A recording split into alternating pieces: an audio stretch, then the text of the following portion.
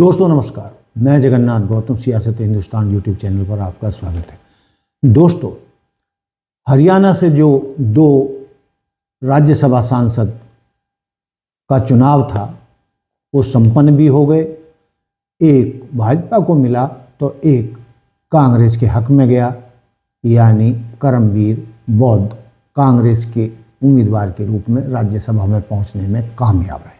लेकिन दोस्तों, जैसे अब परत दर परत खुल रही हैं हरियाणा की राजनीति में, तो अब उससे तो ऐसा लग रहा है कि बड़ा उसका आपका करमवीर बौद्ध का जीतना जैसे 8वां आश्चर्य हो।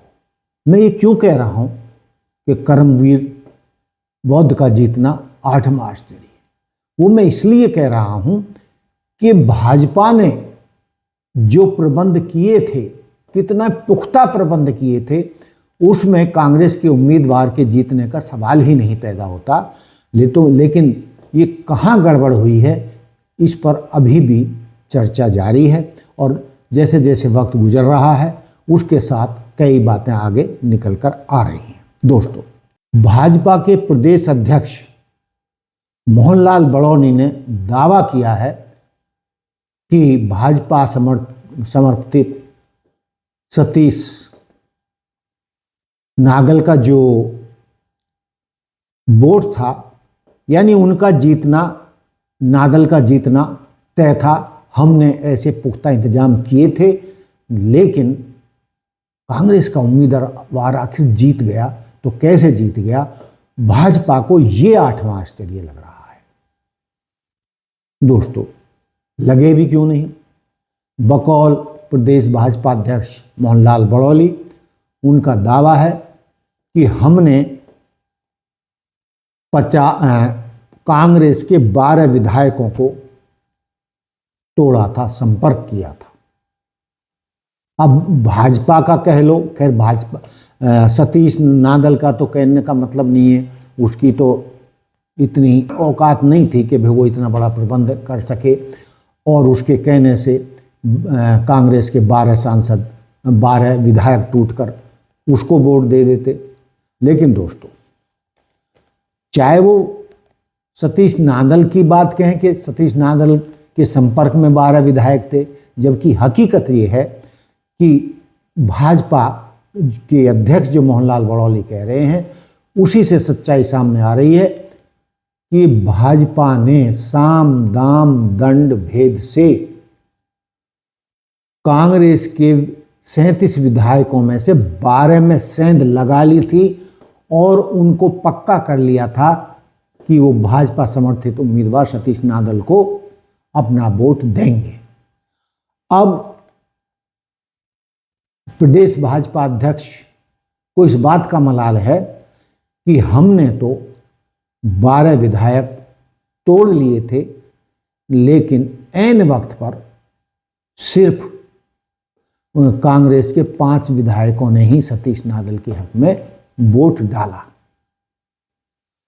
तो दोस्तों, दूसरी बात और क्या है कि जो भाजपा के दावों में सच्चाई लगती है।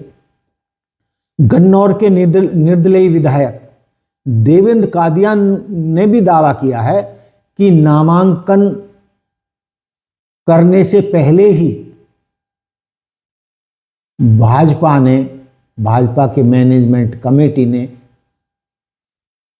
इनेलो सुप्रीमो अभय चौटाला जी को भी सेट कर लिया था, यानी उनको भी भरोसे में लिया गया था और स्वयं अभय चौटाला ने भरोसा दिया था कि हां, उनके 2 विधायक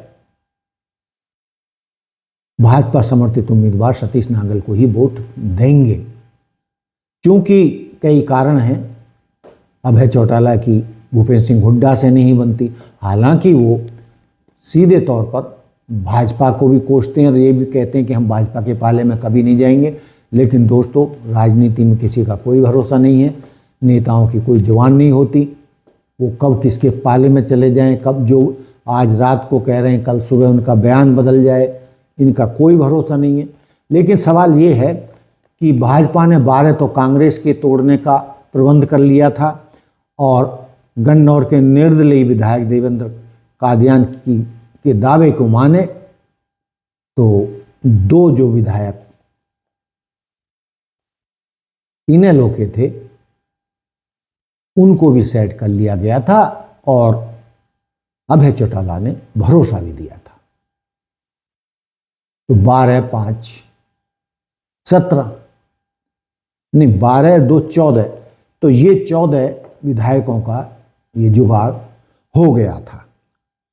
दोस्तों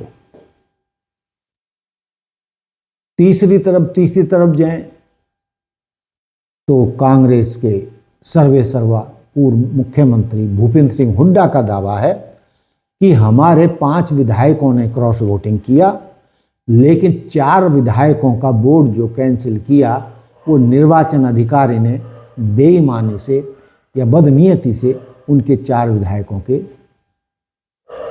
जो बोर्ड थे उनको बदनीयती से कैंसिल कर दिया, अवैध करार दे दिया।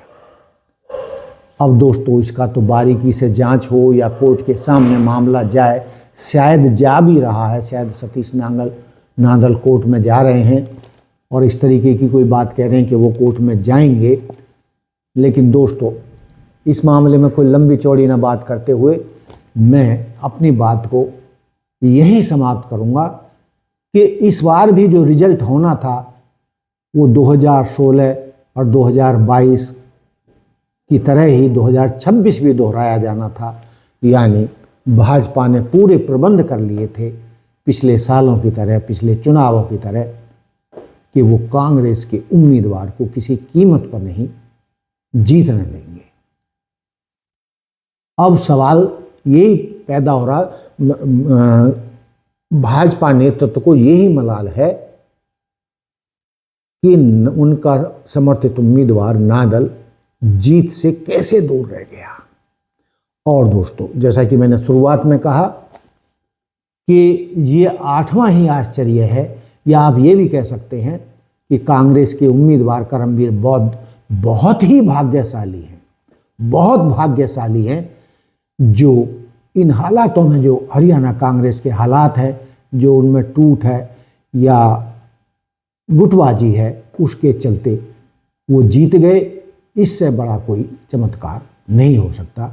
तो दोस्तों ये कांग्रेस की फूट कब खत्म होगी, नहीं होगी, कोई नहीं जानता, क्योंकि ये अनंत है, अनंता है, इसका कोई अंत दिख नहीं रहा है। कांग्रेस हाईकमान के भरसक प्रयासों के बावजूद भी कांग्रेस की गुटबाजी समाप्त होने को नहीं आ रही है और इसी के चलते कांग्रेस हर बार सत्ता से दूर होती जा रही है। तो दोस्तों आपका इन सारे मुद्दों पर क्या कहना है कि कांग्रेस की टूट आखिर कांग्रेस को कहाँ तक ले जाएगी, इनकी गुटबाजी कब खत्म होगी, और क्या आपको भी मेरी तरह आश्चर्य हो रहा है कि आखिर कांग्रेस का उम्मीदवार भाजपा की इतनी ज़बरदस्त घेरी के बावजूद जीत कैसे गया। तो दोस्तों ये था मेरा आज का मुद्दा। आपको कैसा लगा, मुझे आपके कमेंट्स का इंतज़ार रहेगा। देखते रहिए सियासत हिंदुस्तान। जय हिंद, जय भारत, जय संविधान। नमस्कार।